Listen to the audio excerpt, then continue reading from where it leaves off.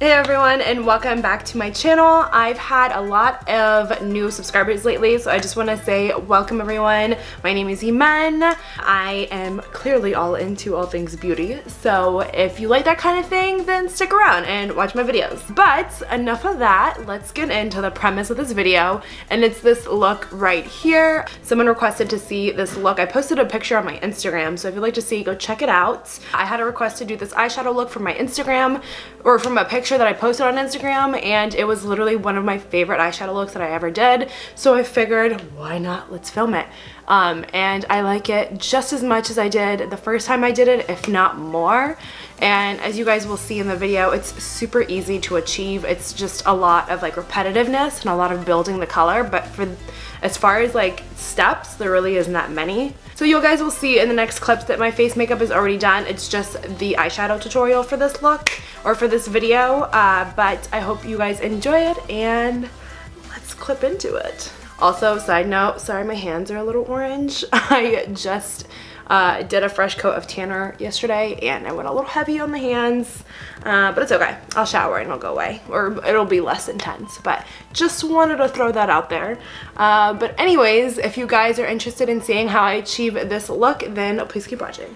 Alright guys, so to start, or in general, we're going to be using the Dark Magic palette, and the first color I'm using is the blue shade, the Busted, and I'm applying this mainly on the crease and focusing it in the crease of the eye, making it as dark as you can, so building that color. As you see, I'm just going to be going back and forth and applying the color and deepening it up.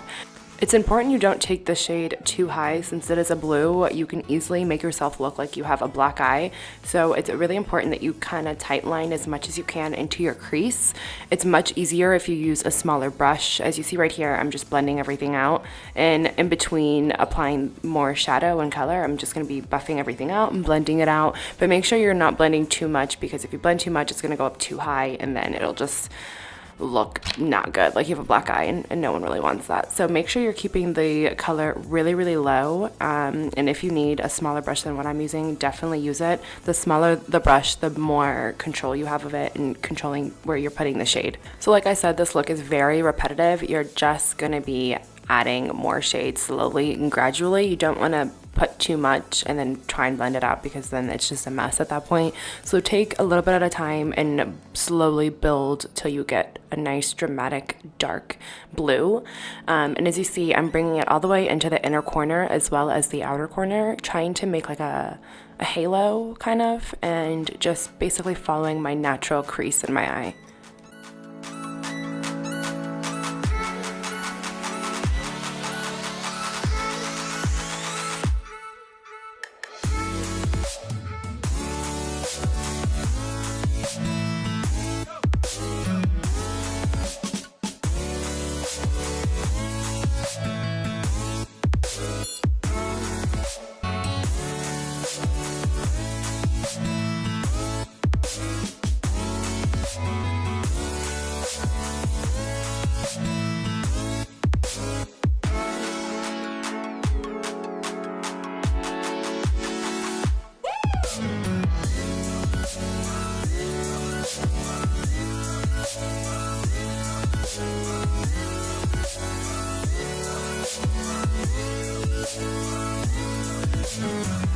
And just doing the same thing to the other eye. I forgot to mention, I do have a little bit of a bake situation under my eyes right now, just because I did my face makeup already before doing my eyeshadow, so I don't want any fallout to ruin my makeup, so I just put some powder underneath my eyes just to catch anything, so that we can easily and quickly just dust it right off once we're done.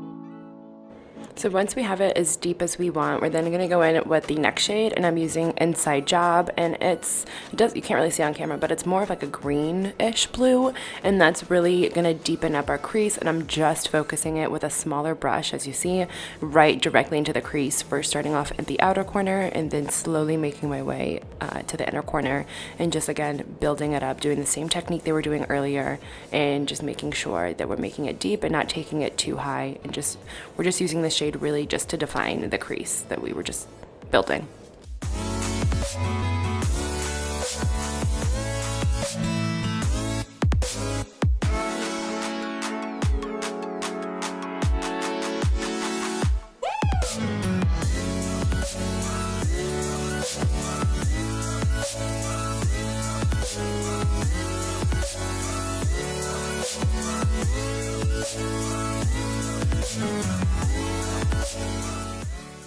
Then once we have everything blended out and as deep as we want it, we're then going to go in with that light shade, it's Poof, and I'm going to be applying this into the center where we didn't apply that blue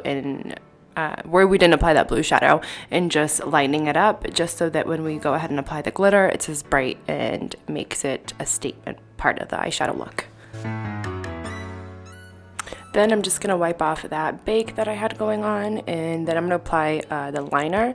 And of course, I'm using my favorite coconut eyeliner by the Sephora collection. It's just a nice cream liner that's really going to make our eyes pop, especially if you have brown eyes.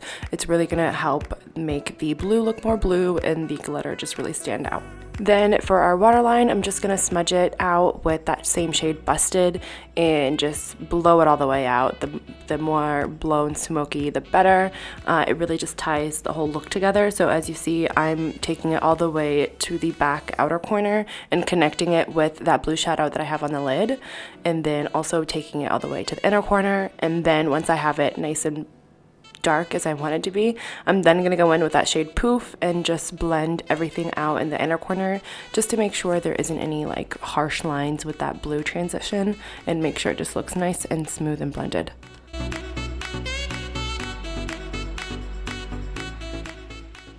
Then I'm taking Inside Job and I'm just tightlining it on my waterline and making it really dark and as dramatic as I can. Again, it's going to make that cream liner that we just applied stand out a little bit more and just make everything pop.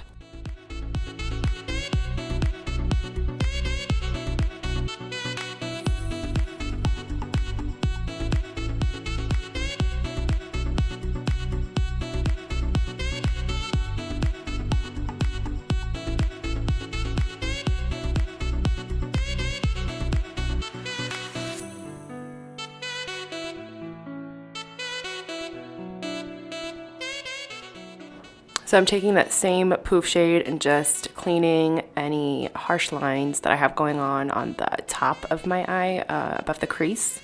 And now we're going in with the glitter, and I'm going to be using the Stila, what is it called? The Glitter and Glow Liquid Eyeshadow. I can't recall what shade I'm using, and I don't have it in front of me, but I'll have it in the description bar below. But it's this really pretty light golden shade, or not golden, what am I talking about? It's like a chrome shade, and I'm just focusing this where we applied that Poof shade. I'm not going to take it any higher. That's very important. You don't want to get it on the blue, so try and keep it as low as you can and a little each time, and then build up. So you don't want to just pack on a bunch and then work with it. That's way more difficult than just going a little bit at a time.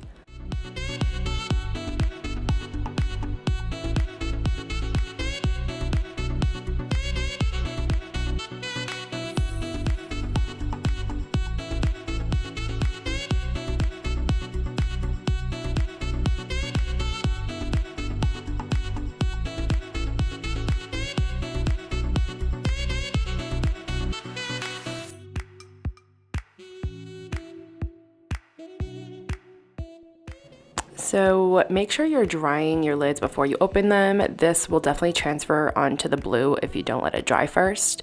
And also, if you want, you can totally use a brush for this glitter if you want to get a little bit more into a tighter spot in the inner corner and the applicator is just too big for you. Definitely go in with a smaller brush. That will definitely help. And then as you see, I'm just going back in with that shade Inside Job and just deepening it up a little bit just in case it might have fallen flat. And then going in with the glitter liner, and it's the Urban Decay Heavy Metal Glitter, and it's their glitter liner in the shade Midnight Cowboy. And as you see, first I'm just going right on where that cut is on the crease, and then I'll go into the inner corner and work my way all the way to the back, covering the whole lid with the shade. And when I say whole lid, the whole lid that has glitter, not the blue part. So make sure you apply this very generously, as it is going to be the focal point of the look, and it's going to definitely make everything pop. And again, make sure you're letting your lids dry after applying the glitter, because it is still wet. Let it dry before you open your eyes, or else it will transfer. And if it does happen to transfer, just take that small brush that we use for Inside Job and just use that to help wipe away any glitter that you get on to anywhere that you don't want it to be. But yeah, definitely let it dry. So there it is. This is the finished look. I